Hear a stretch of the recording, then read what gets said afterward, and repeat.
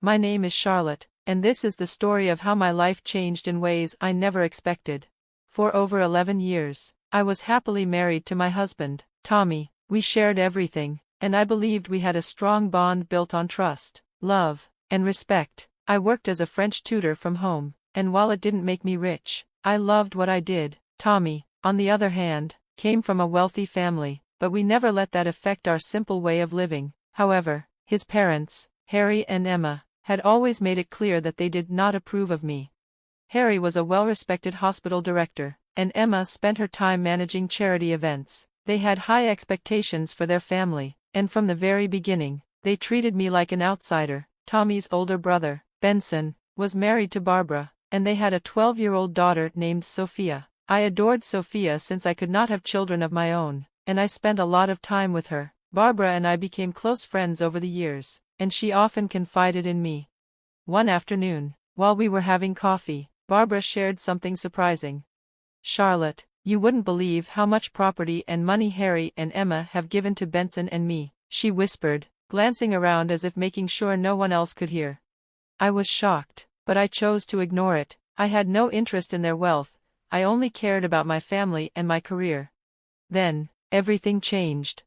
One terrible evening, Benson and Barbara were in a car accident, and neither survived. The news was devastating, and at the funeral, I noticed something strange. Instead of grieving, Harry and Emma seemed distracted, as if they had something more important on their minds. After the funeral, Sophia was left all alone. My heart ached for her, and I knew I had to do something. One night, as Tommy and I sat in our living room, I gathered my courage and brought up an idea that had been on my mind.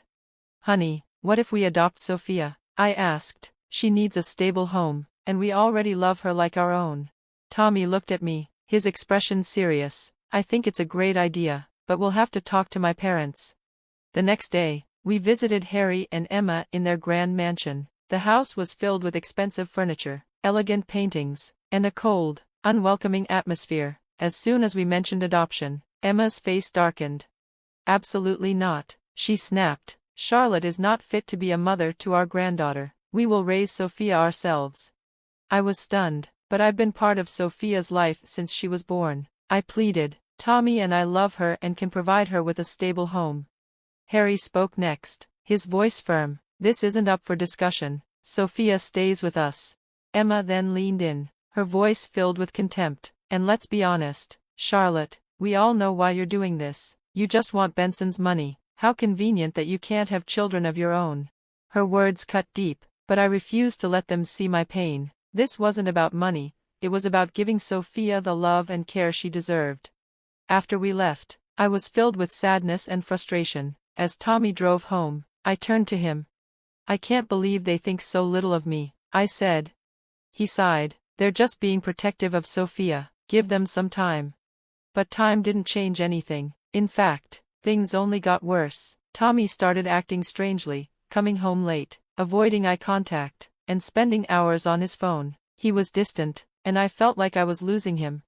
One night, I couldn't take it anymore. "Tommy, is everything okay? You've been so distant lately." He barely looked at me. "It's nothing, just drop it." His coldness stung, but I focused on spending time with Sophia. I visited her often at Harry and Emma's house, helping her with her schoolwork and trying to comfort her. One afternoon, as we practiced French in the sunroom, I overheard Harry and Emma talking in the next room. Their voices were tense. "We have to find a way to get rid of that trust fund," Harry whispered. $35 million. "Emma, that money should be ours, not locked away for that girl." Emma sighed in frustration. "Don't you think I know that? But Benson made sure everything was ironclad before he died." My stomach twisted. They weren't just keeping Sophia away from me, they were trying to take her inheritance. I rushed home, determined to tell Tommy what I had heard, but as I stepped inside, I saw him sitting on the couch, a stack of papers in front of him. "We need to talk, Charlotte," he said, his voice emotionless. A heavy feeling settled in my chest. "What is it?" He slid the papers toward me. "I want a divorce." I froze. "What? Why?" His eyes met mine, cold and distant. "I've met someone else. She's beautiful, intelligent, and comes from a good family, everything you're not." I felt my world shatter. He pulled out his phone and showed me a picture of a beautiful woman with long brown hair, smiling as she leaned into him. "This is Eden," he said. "We've been together for a while. Sign the papers and leave tonight." Tears blurred my vision as I signed, feeling empty inside, but the worst was yet to come. As I packed my things, I heard the front door open, then, a familiar voice sent a chill down my spine.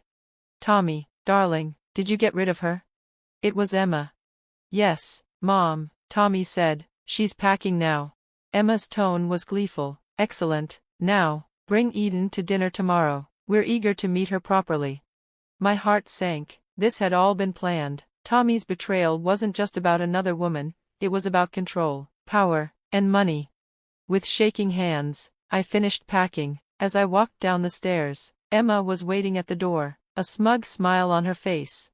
"Charlotte, dear," she said sweetly, "I'm so sorry things didn't work out, and please, don't bother coming to see Sophia anymore. It's best if you move on." Her words echoed in my mind as I stepped out into the cold night. The door shut behind me, and with it, the life I had known was gone forever.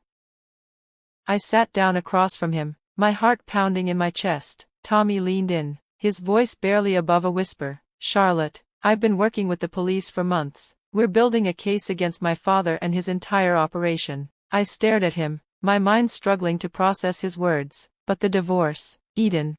Tommy ran a hand through his hair, a clear sign of stress. "It was all a cover. I had to distance myself from you to keep you safe. Eden is an undercover officer. We needed a way to get her close to my family without raising suspicion." My thoughts raced as I tried to comprehend everything. "So, our marriage, it wasn't real?" "No, Charlotte," Tommy said firmly, reaching across the table to take my hand. "Our marriage was the only real thing in all of this. I love you. I've always loved you. Pushing you away was the hardest thing I've ever had to do." Tears welled up in my eyes. I felt a confusing mix of emotions, relief, anger, sadness. "Why didn't you tell me? I could have helped." "I couldn't risk it," Tommy said, his voice filled with regret. "My father has eyes and ears everywhere. If anyone even suspected you knew anything, you would have been in danger, and I couldn't let that happen." As Tommy continued, he revealed more about the case. It wasn't just his father involved. Corrupt doctors, pharmacists, even government officials were part of the scheme. The operation was bigger than I had ever imagined, and the police had been working for years to take it down. Suddenly, a terrifying thought crossed my mind. What about Sophia? She's living in that house. "Tommy, she's scared."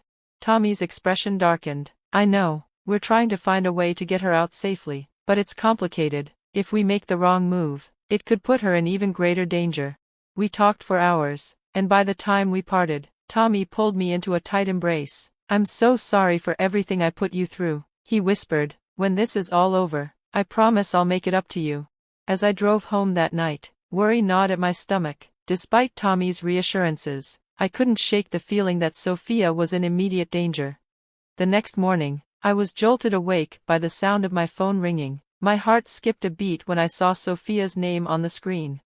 "Aunt Charlotte," her voice trembled. "They're packing. They keep saying they need to leave before it's too late." I sat up straight, suddenly wide awake. "Sophia, listen to me carefully. Are you safe? Can they hear you?" "I'm hiding in my closet," she whispered, "but I don't know how long before they—" A loud noise came through the phone, followed by a muffled struggle. "Sophia," I shouted, but the line went dead. Panic surged through me. Without hesitation, I threw on my clothes and rushed out of my apartment. I knew I should call Tommy or the police, but there was no time. When I reached the house, I could see through the windows. People were moving frantically, suitcases were being packed, and voices were raised in urgency. My pulse quickened as I walked up to the door and rang the bell. Silence fell for a moment before the door swung open. Harry stood there, his face tense with surprise. "Charlotte, what are you doing here?" I forced a smile, trying to keep my voice steady. "I left some of my things when I moved out. I was hoping to grab them." Harry's eyes narrowed. Before he could respond, Sophia's voice rang out from inside. "Aunt Charlotte, help me." Without thinking, I shoved past Harry and ran inside. The house was in chaos, suitcases lay open, papers scattered everywhere. Emma stood in the middle of the room, gripping Sophia's arm tightly. "Let her go," I demanded, my voice shaking with anger. Harry lunged at me, but I dodged, my reflexes sharp from years of yoga. I grabbed Sophia's hand, and we bolted for the door. Just as we reached it, pain exploded in the back of my head, darkness took over. When I woke, my hands were tied, and I was in what looked like Harry's study. My head throbbed, and I felt warm blood trickling down my neck. Harry paced the room, running his hands through his hair. We need to leave now before the police arrive. What about her? Emma gestured toward me. Harry's cold eyes met mine. We can't leave any loose ends. Suddenly, the sound of sirens filled the air. Panic flashed across their faces. It's too late, Harry muttered. We need to run now. As they scrambled to gather their things, I struggled against my bonds. The sirens grew louder, a beacon of hope. Just as I started to free my hands, the door burst open. Tommy charged in, followed by a team of police officers. Charlotte, he rushed to my side, untying me quickly. The police restrained Harry and Emma, reading them their rights. Tommy pulled me into his arms. I'm so sorry. When Sophia called me, I came as fast as I could. Relief flooded me. Is Sophia safe? Tommy nodded. She's with a social worker outside. She's shaken, but she's okay. The following weeks were filled with police interviews, court proceedings, and sleepless nights. The case took years, drawing national attention. In the end, Harry and Emma were sentenced to long prison terms, their fortune seized as evidence of crime. When it was all over, Tommy and I focused on rebuilding our lives. We adopted Sophia, giving her the stable home she deserved. One evening, as we sat together, Tommy took my hands. Charlotte, he said softly, his eyes filled with love, would you marry me, again? Overcome with joy, I nodded, yes. We planned a small wedding, surrounded by the people who truly mattered. As we danced at the reception, Tommy whispered, how does it feel to be Mrs. Harrison again? I smiled up at him, my heart full. Even better than the first time.